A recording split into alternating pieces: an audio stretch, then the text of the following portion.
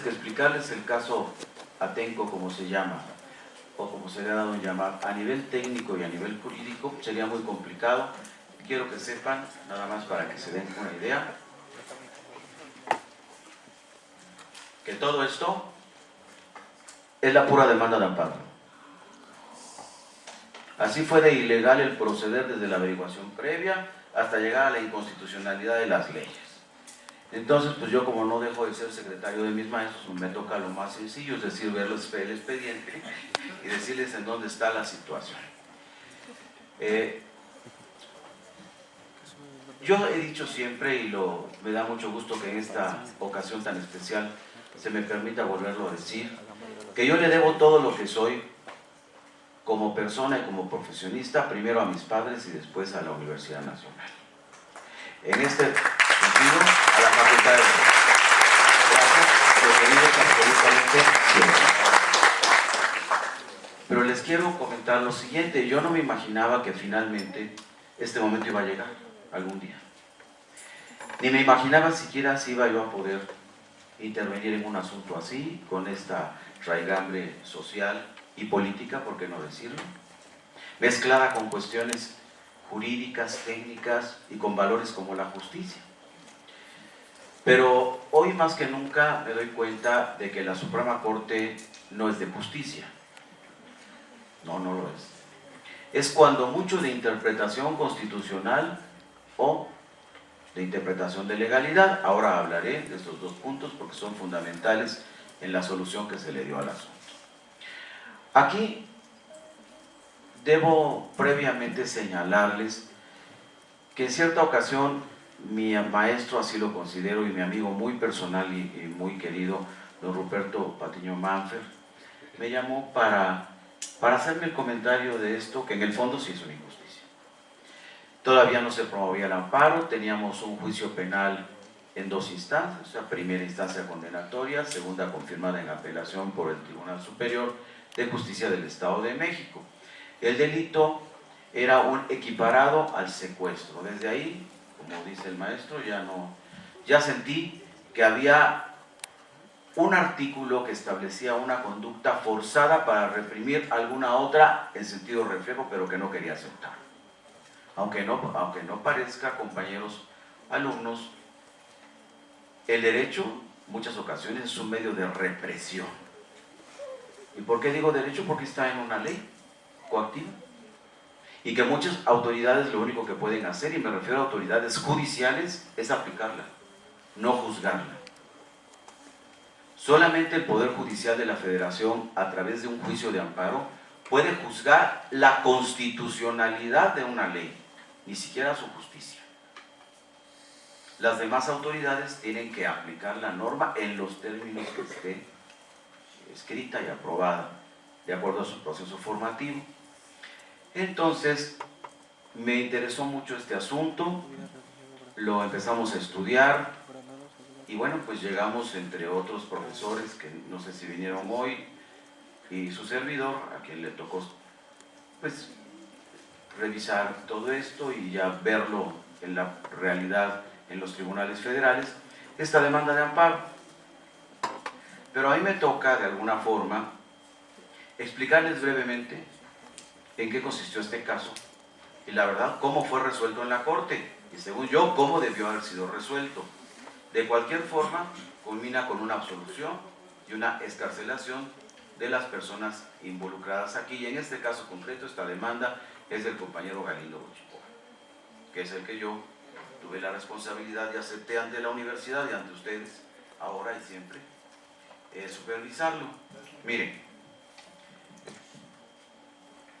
el quejoso Héctor Galindo Gochicoa presenta una demanda de amparo directo contra una sentencia de segunda instancia que lo condena a la pequeña pena de 67.6, o sea, 67 años, 6 meses de prisión, por la comisión, según ellos, plenamente probada, de dos hechos diferentes ocurridos en diversos días y que tipificáronse como un equiparado al secuestro.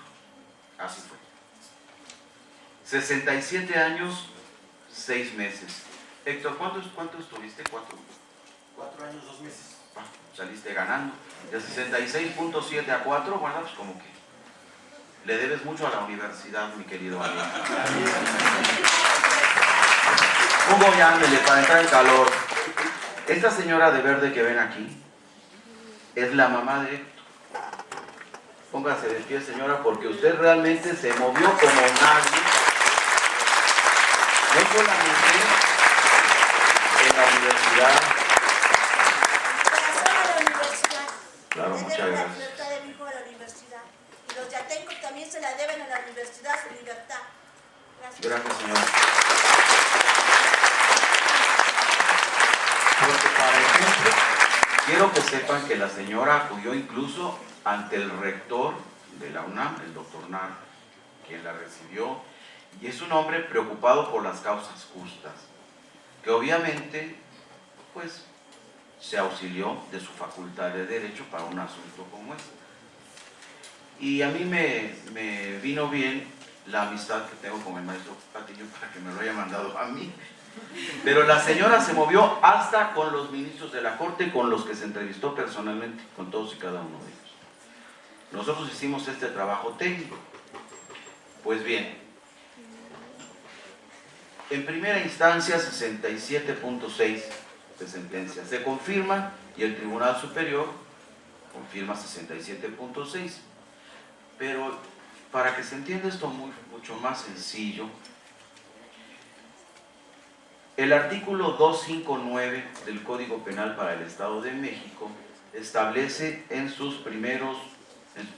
párrafos 1, 2, 3, 4, 5, 6, 7 y 8 el delito de secuestro. Señala el tipo genérico y dice sus atenuantes y sus agravantes.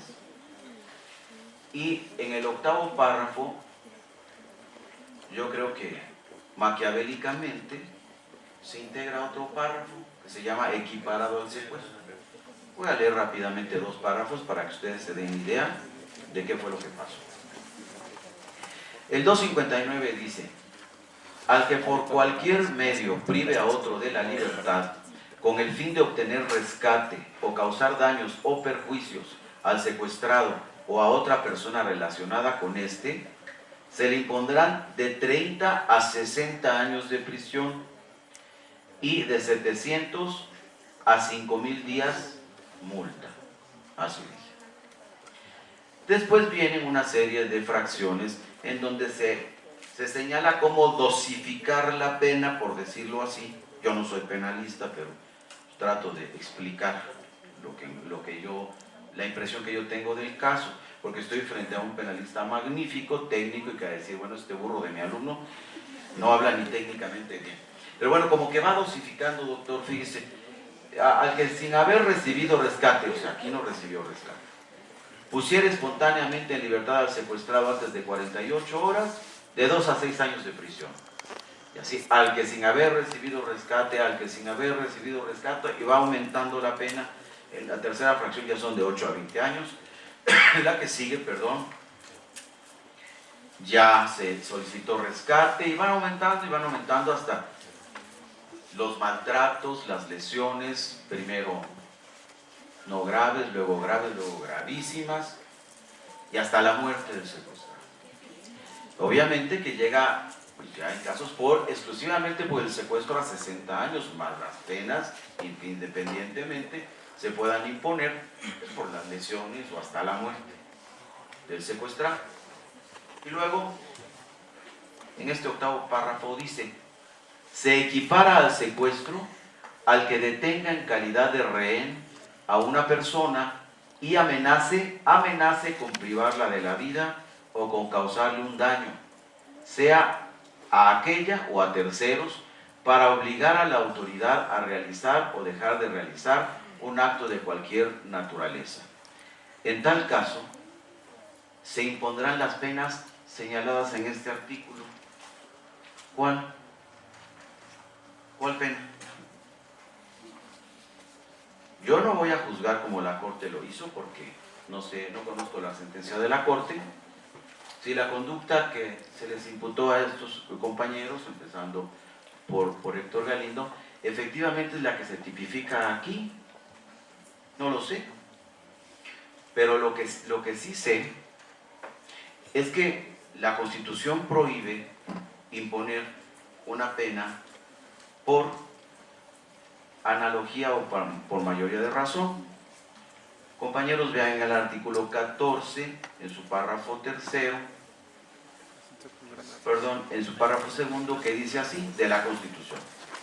Lo estoy enseñando a reclamar una ley penal por vía de amparo directo, que después les digo por qué llegó a la Corte, que no es cualquier, no es fácil.